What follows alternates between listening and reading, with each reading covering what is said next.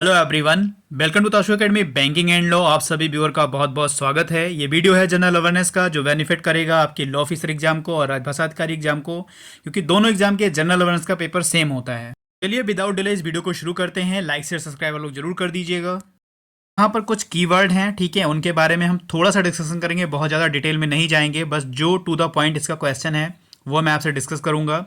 यहाँ पर आपके पास काफ़ी कम समय बचे हैं, तो जितना भी आप चाहें जनरल अवेयरनेस को अपने रिवीजन कर लीजिए और याद करके लर्न कर लीजिए, ठीक है। तो चलिए फटाफट वीडियो को शुरू करते हैं। यहाँ पर बात हो रही है जीआई टेक्नोलॉजी प्राइवेट लिमिटेड की, ठीक है। ये एक कंपनी है। कहाँ पे इसका हेडक्वार्टर है? चेन्नई में है। याद रखिएगा, चेन्नई में इसका हेडक्वार्टर है। और आरबीआई ने क्या किया है? आरबीआई ने इसका जो सर्टिफिकेशन ऑफ ऑथेंटिकेशन है, ठीक है, इसके लाइसेंस को, इसके रजिस्ट्रेशन को रद्द कर दिया है।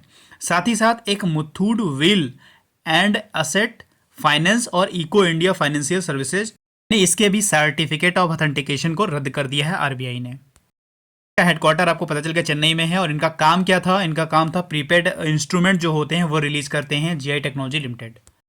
यहाँ पर जो दूसरा कीवर्ड है वो डिजिटल रुपी है। डिजिटल रुपी लॉन्च कब किया गया था? तो 1 दिसंबर को लॉन्च किया गया था, ये याद रखिएगा। बात अगर करें इसका जो पायलट प्रोजेक्ट था वो कब लॉन्च किया गया था, तो वो लॉन्च किया गया था 1 नवंबर को, ठीक है।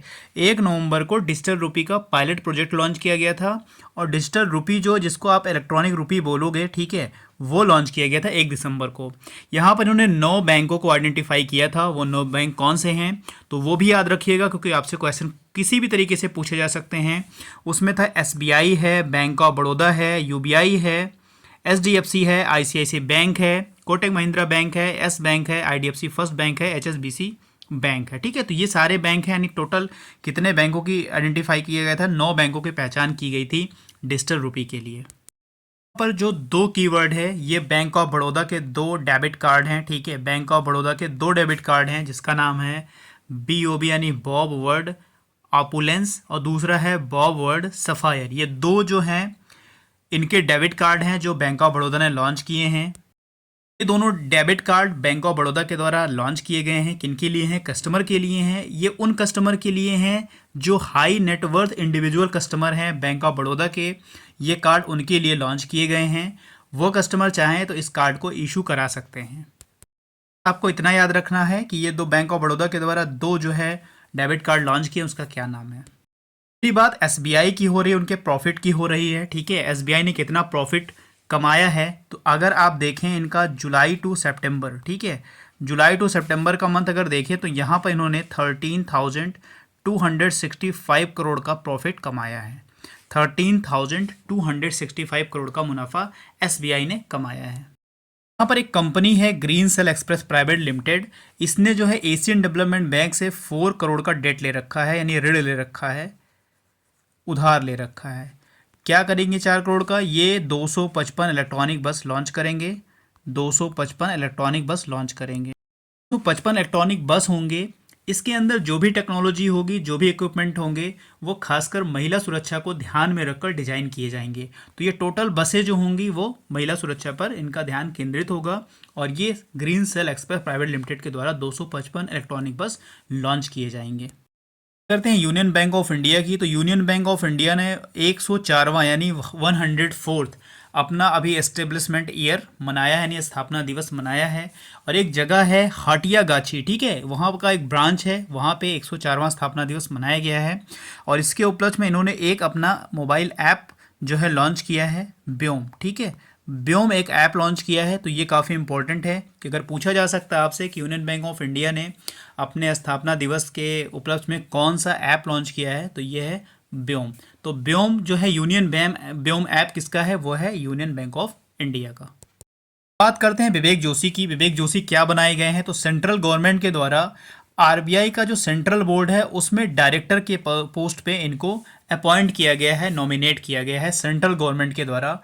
विवेक जोशी अब जो है आरबीआई के सेंट्रल बोर्ड में डायरेक्टर के पद पर नामित किए गए हैं।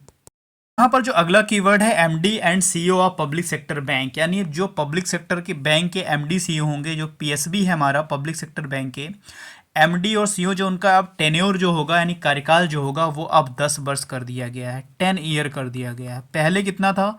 पहले ये 5 ईयर हुआ करता था, अब बढ़ाकर 5 से 10 साल कर दिया गया है सेंट्रल गवर्नमेंट के द्वारा।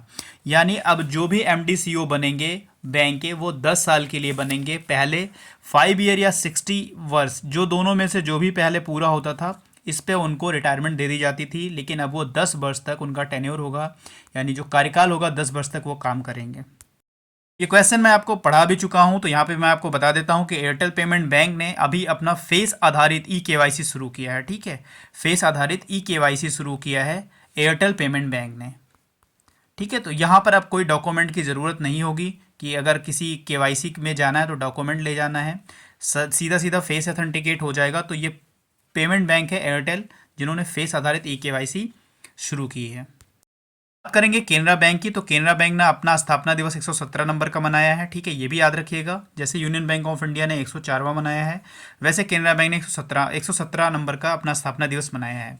यहाँ पर इसने national e governance services limited के साथ मिलकर अपना बीजी लॉन्च किया, यानी बैंक गारंटी लॉन्च किया है, जिससे इसने भी अपनी डिजिटल बैंकिंग में एक नया कदम रखा है। तो ये याद रखिएगा कि केनरा बैंक ने national e governance services limited के साथ मिलकर बैंक गारंटी लॉन्च किया है। पर एक आप देख सकते हैं फर्स्ट आप लिखा हुआ है। ठीक है, तो ये किसने लॉन्च किया है? ये आईडीएफसी फर्स्ट बैंक ने लॉन्च किया है। आईडीएफसी फर्स्ट बैंक ने लॉन्च किया है। ठीक है, आप यहाँ देख लीजिए। और ये क्या है? तो ये भारत का पहला स्टिकर आधारित है। ठीक है, स्टिकर आधारित डेबिट कार्ड है ये क्या है? एक डेबिट कार्ड है। फर्स्ट आप किसके द्वारा लॉन्च किया गया है? आईडीएफसी फर्स्ट के द्वारा भारत का पहला स्टिकर आधारित डेबिट कार्ड है ये। तो आज के वीडियो में बस इतना ही है। मिलता है नेक्स्ट वीडियो में। God bless you to all. Thank you for watching. Like से सब्सक्राइब जरूर करिएगा।